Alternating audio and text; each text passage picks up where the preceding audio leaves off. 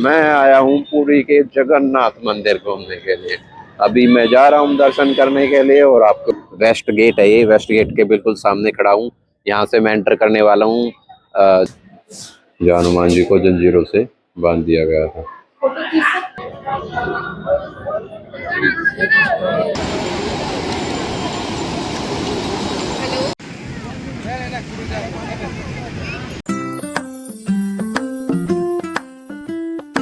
Hello दोस्तों, कैसे हो आप सब? आशा करता हूँ आप सब मौज में होंगे, मस्ती में होंगे। तो एक नए व्लॉग में आपका स्वागत है। मैं आया हूँ पुरी के जगन्नाथ मंदिर घूमने के लिए।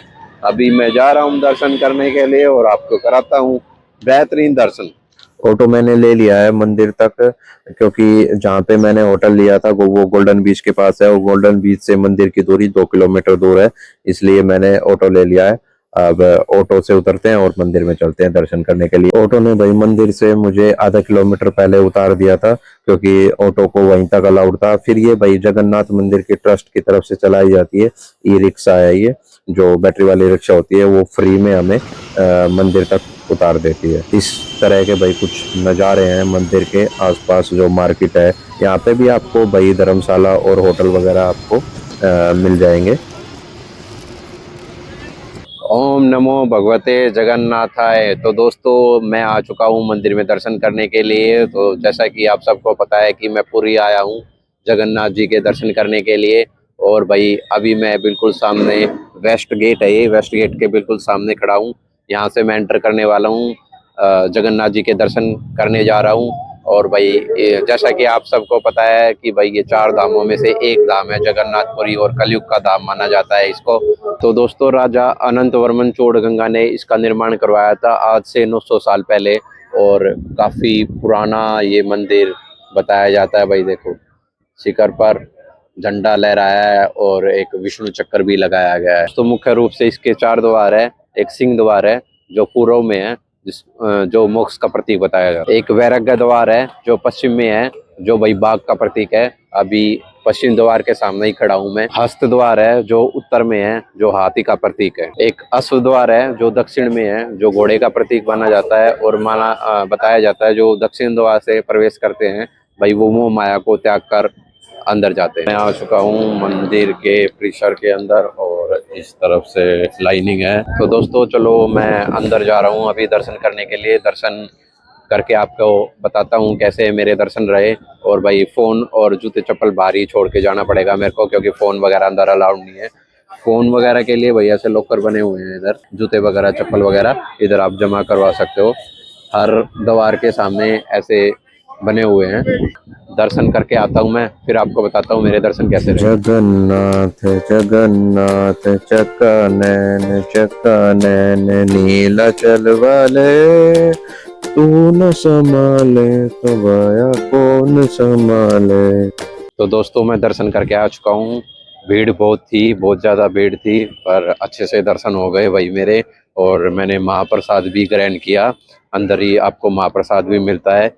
और जो आसपास छोटे छोटे मंदिर है उनमें भी दर्शन किए। बहुत अच्छे दर्शन हुए भाई, पर भीड़ बहुत ज़्यादा थी, बहुत ज़्यादा भीड़ थी। आज शनिवार है, कल संडे है, तो इसके कारण भी ज़्यादा भीड़ हो सकती है। 4 द्वार थे, चारों द्वारों में से बहुत ज़्यादा भीड़ थी भाई चारों द्वारों। ये मंदिर परिषद में भी भाई छोटे छोटे मंदिर और बनाए गए हैं, जहाँ पे आप जैसे ये हनुमान जी का मंदिर है, यहाँ पे आप दर्शन कर सकते हो। यहाँ पे जोत लगाने के लिए भाई जगह दे रखी है। तो दोस्तों, जैसा कि आपको पता है कि ये मंदिर भाई रहस्यों से भरा पड़ा है, भरा पड़ा है रहस्यों से। जैसे कि भाई जो ये मंदिर का फ्लैग है, ये हमेशा हवा के अपोजिट डायरेक्शन में बहता है। और भाई इस मंदिर के अपोजिट साइड में, मंदिर के अपोजिट साइड में समुंदर है। समुंदर है तो नॉर्मली तो भाई ये होता है कि समुंदर से है ना, समुंदर से दिन के टाइम में समुंदर से हवा भूमि की तरफ चलती है, यानी कि धरती की तरफ चलती है। और रात के टाइम धरती से समुंदर की तरफ। पर यहाँ पे अपोजिट होता है। रात में तो, दिन में तो भाई यहाँ पे जो भूमि से समुंदर की तरफ हवाएं चलेंगी, और रात में अपोजिट चलेगी समुंदर से धरती की तरफ। एक और ऐसा ही रहस्य है कि ये जो भाई मंदिर का शिखर है, मंदिर का जो शिखर है, इसकी परछाई कभी भी जमीन पर नहीं पड़ती। और एक और ये है, सुदर्शन चक्र आपको ये दिख रहा है, ये आप किसी भी डायरेक्शन से देखो, ये आपको अपनी तरफ ही फेस करता हुआ दिखाई देगा।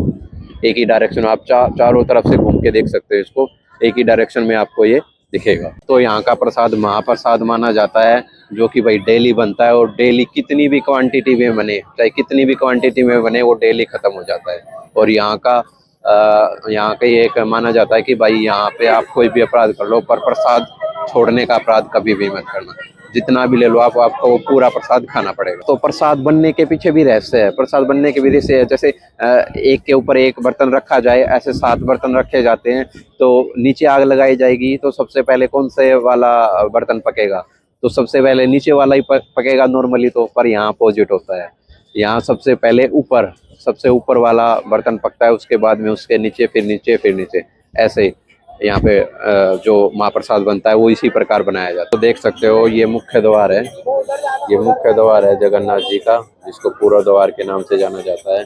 और भाई यहाँ पे जगन्नाथ जी को भाई बाहर से आप रेलिंग के बाहर से दर्शन कर सकते हो। जो ऐसा माना जाता है कि भाई जो गैर हिंदू हैं वो अंदर दर्शन करने के लिए नहीं जा सकते, इसलिए जगन्नाथ जी उनको बाहर से ही दर्शन देते हैं। तो अंदर फोन ले जाना भी अलाउड नहीं है, इसलिए जगन्नाथ जी के बाहर से ही दर्शन होते हैं इस द्वार से। बड़ा सुंदर नज़ारा है। तो भाई मैं तो अंदर जाके दर्शन करके आया हूँ, बड़े अद्भुत दर्शन हुए मेरे को तो अंदर। जय जगन्नाथ। और दोस्तों आप ये फ्लैग देख पा रहे हो, ये डेली चेंज होता है। डेली 4:30 या 5 बजे के करीबन इसको चेंज किया जाता है। जो कि यहाँ के पांडा है वो एक परिवार के ही है, उस परिवार के द्वारा ही भाई इस फ्लैग को डेली चेंज किया जाता है। ये बेड़ी हनुमान मंदिर है, चलो अंदर दिखाते हैं आपको। इस मंदिर का नाम बेड़ी हनुमान मंदिर इसलिए पड़ा क्योंकि जगन्नाथ जी ने हनुमान जी को यहाँ पे समुद्र किनारे बिठा दिया था, समुद्र की लहरें पूरी में ना आए और लोगों को नुकसान ना पहुंचे, इसलिए जगन्नाथ जी ने हनुमान जी को यहाँ पे बिठा दिया था। पर हनुमान जी क्या करते थे, बार बार समुद्र के साथ दर्शन करने के लिए, जगन्नाथ दर्शन करने के लिए चले जाते थे, और बार बार समुद्र का पानी वो शहर में आ जाता था। और इसी प्रकार और पुरी में कभी भी राम जी के भजन या कीर्तन होते थे, तो हनुमान जी भी वो भी राम जी के भजन या कीर्तन सुन के वो भी शहर के अंदर चले जाते थे, और समुद्र का पानी फिर से पुरी में आ जाता है। इसलिए जगन्नाथ जी ने जंजीरों से बांध दिया था कि आप यहीं पे बैठे रहो और समुद्र का ध्यान रखते जाओ।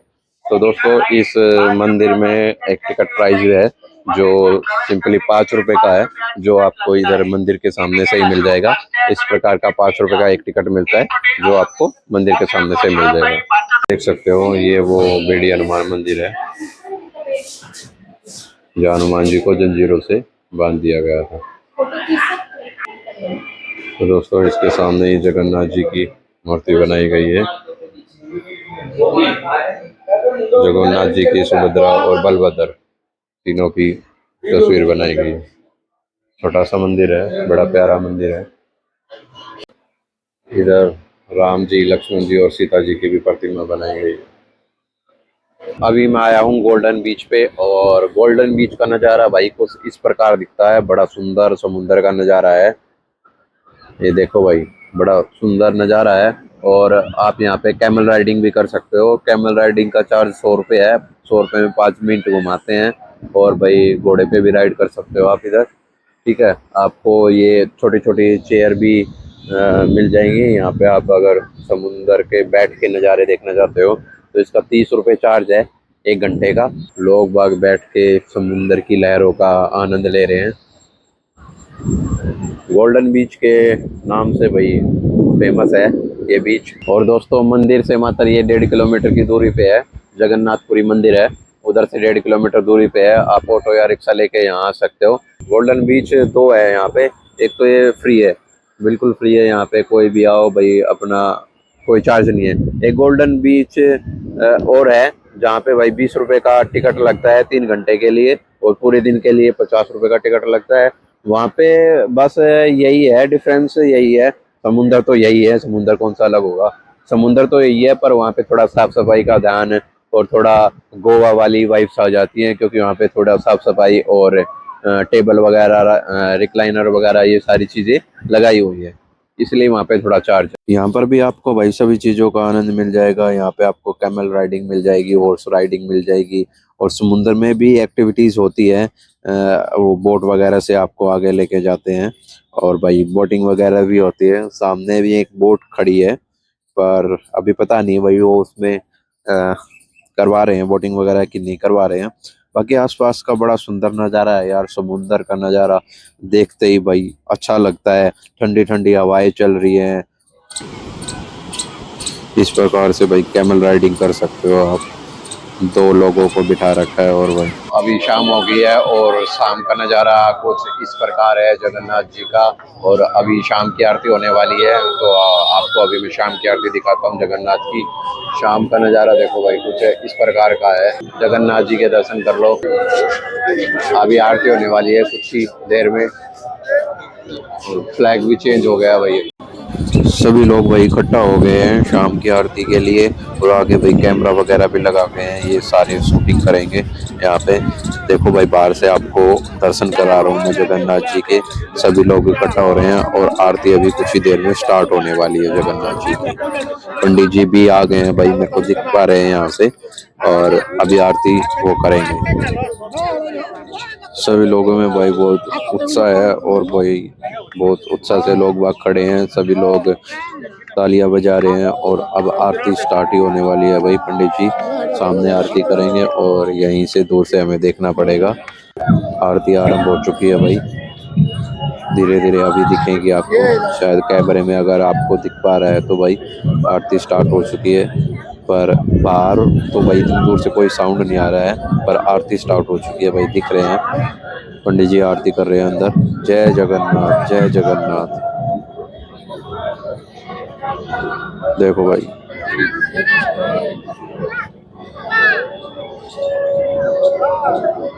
आरती के बाद भाई मैं आ गया था दोबारा से समुंदर के किनारे पे, और भाई मैं देखना चाहता था कि शाम का नज़ारा कैसा होता है। पर शाम का नज़ारा तो भाई दिन वाले नज़ारे से भी और अच्छा लग रहा था, लाइटिंग वगैरह के साथ समुंदर का पानी आ रहा था। और भाई गोल्डन बीच के पीछे भाई रात के समय मार्केट भी लगती है यहाँ पे। पूरे गोल्डन बीच पे आपको यहाँ पे खाने पीने की चीज़ें मिल जाएगी। और भाई दिन के मुकाबले रात में ज़्यादा लोग आए हुए हैं, ज़्यादा लोग इंजॉय कर रहे हैं भाई।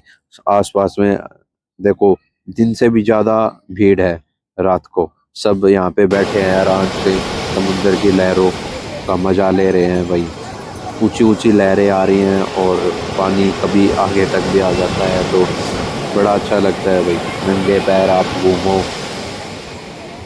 समुंदर के किनारे, और रात को भी आप भाई कैमल राइडिंग इधर कर सकते हो। आप लोग भी आओ कभी भाई, आपको भी मज़ा आएगा ये नेचुरल चीज़ें देखने में। ये देखो भाई कितने आराम से सोए हुए हैं। तो दोस्तों कैसी लगी आपको ये मेरी वीडियो, कमेंट करके ज़रूर बताना, और लाइक शेयर सब्सक्राइब जरूर कर देना मेरे चैनल को। जय जगन्नाथ।